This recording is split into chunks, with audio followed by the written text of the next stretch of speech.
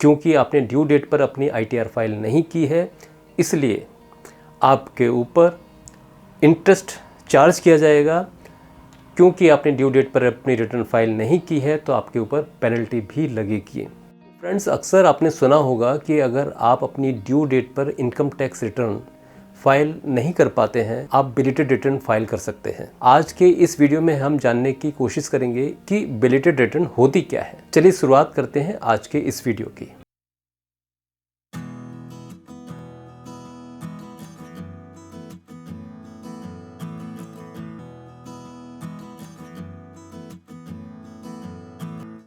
Belated return का मतलब होता है कि अगर आप अपनी ड्यू डेट पर रिटर्न फाइल नहीं कर पाते हैं इनकम टैक्स की, तो आप अपनी रिटर्न लेट फाइल कर सकते हैं। और ऐसी लेट फाइल जो रिटर्न होती है उनको बिलेटेड रिटर्न कहा जाता है। बिलेटेड रिटर्न का जो प्रोविज़न है इनकम टैक्स एक्ट 1961 में अंडर सेक्शन 139(4) के अंडर आप इसको फाइल कर सकते हैं। चलिए बात करते हैं बिलेटेड रिटर्न, उसकी लास्ट डेट क्या होती है, बिलेटेड रिटर्न कब फाइल कर सकते हैं। सपोज़ मैं एग्जांपल लेता हूँ फाइनेंशियल ईयर 24-25 जो आपकी फाइनेंशियल ईयर है, तो इसका असेसमेंट ईयर होगा 25-26। अगर आप अपनी ITR फाइल करना भूल गए या किसी कारणवश नहीं फाइल कर पाए और आप इस फाइनेंशियल ईयर की जो रिटर्न ड्यू डेट के बाद फाइल करेंगे, तो बिलेटेड रिटर्न के लिए 31 दिसंबर 2025 लास्ट डेट होगी जिसको आप फाइल कर सकते हैं। बिलेटेड रिटर्न फाइल करने का फ़ायदा क्या है और इसके नुकसान क्या है, चलिए बात कर लेते हैं इस टॉपिक के ऊपर भी। फ़ायदा ये है कि आप जो आपका फाइनेंशियल ईयर है उसकी आप ITR फाइल कर सकते हैं। ये एक सेकंड ऑप्शन आपके पास होता है, एक अपॉर्चुनिटी होती है। और इस फाइनेंशियल ईयर की जो इनकम है वो आप डिक्लेयर कर सकते हैं। यानी कि स्टॉपेज नहीं है कि अगर आप किसी कारणवश अपनी ITR नहीं फाइल कर पाए हैं तो आप बिलेटेड रिटर्न फाइल कर सकते हैं, प्लस आप अपनी इनकम भी डिक्लेयर कर सकते हैं।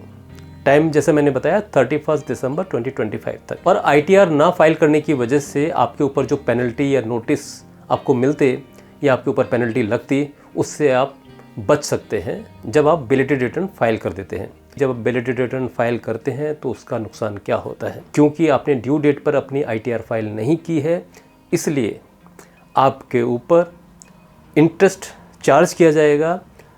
क्योंकि आपने ड्यू डेट पर अपनी रिटर्न फाइल नहीं की है तो आपके ऊपर पेनल्टी भी लगेगी। वो डिपेंड करता है और उसकी रेंज है 1000 रुपीज़ से लेकर 5000 रुपीज़ तक, जो एक पेनल्टी के रूप में आपके ऊपर आएगी। बट प्लस पॉइंट ये है कि आप अपनी ITR फाइल कर सकते हैं। बिलेटेड रिटर्न एक सेकंड अपॉर्चुनिटी होती है, सेकंड ऑप्शन होता है आपके पास फाइल करने का। कोशिश कीजिए कि जो गवर्नमेंट की इनकम टैक्स डिपार्टमेंट की ड्यू डेट प्रेस्क्राइब्ड है, जो अनाउंस्ड की गई ड्यू डेट्स होती हैं, उन पर अपनी ITR फाइल कर दें। अगर किसी कारणवश आप अपनी ITR फाइल नहीं कर पाते हैं तो जो आपको सेकंड अपॉर्चुनिटी मिली है आप उसको यूज़ कर सकते हैं।